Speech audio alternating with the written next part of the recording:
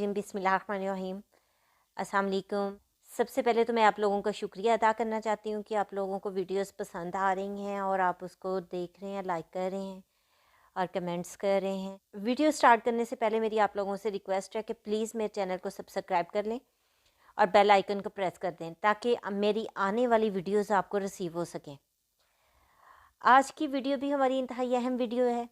इस वीडियो में हम लोग देखेंगे कि स्टार्स की मूवमेंट किस तरह से होती है, एक सियारा किसी भी बुर्ज में कितनी देर तक रहता है और कब वो मूव करता है।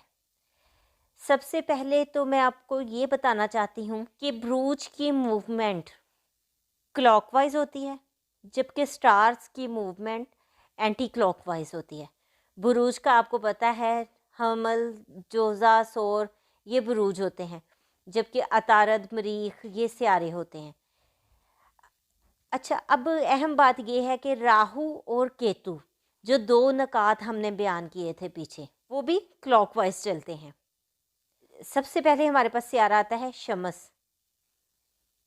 शमस किसी भी घर में 30 दिन तक क़याम पजीर होता है। 30वें दिन वो उस घर से मूव कर जाता है और अगले घर में अपनी रहाइश कर लेता है। उसके बाद हमारे पास आता है चांद, मून किसी भी बुर्ज में 60 घंटे क़याम पजीर होता है। फिर हमारे पास अगला सियारा आता है अतारद। अतारद किसी भी बुर्ज में 28 दिन तक क़याम पजीर होता है। फिर आती है जोहरा। जोहरा किसी बुर्ज में 29 दिन तक क़याम पजीर रहती है। उसके बाद आता है मरीख। मरीख 45 दिन 45 डेज किसी घर में रहता है। उसके बाद है हमारे पास मुश्तरी, जुपिटर। जुपिटर किसी भी बुर्ज में 13 माह 13 मंथ रहता है। फिर आता है जहल, सचन।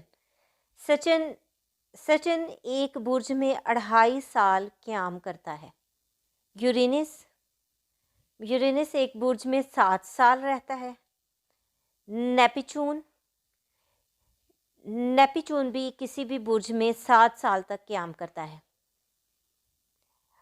उसके बाद आता है हमारे पास राहु। राहु 90 डेज यानी कि 3 माह एक बुर्ज में रहता है।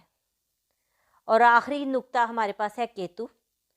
केतु भी किसी बुर्ज में 90 दिन यानी कि 3 माह तकरीबन रहता है। अपना वक्त मुकम्मल होने के बाद ये इस बुर्ज से मूव करके अगले बुर्ज में चला जाता है। उम्मीद करती हूँ आपको इसकी समझ आ गई होगी। अगली वीडियो में हम दोबारा किसी और टॉपिक के साथ बात करेंगे और तब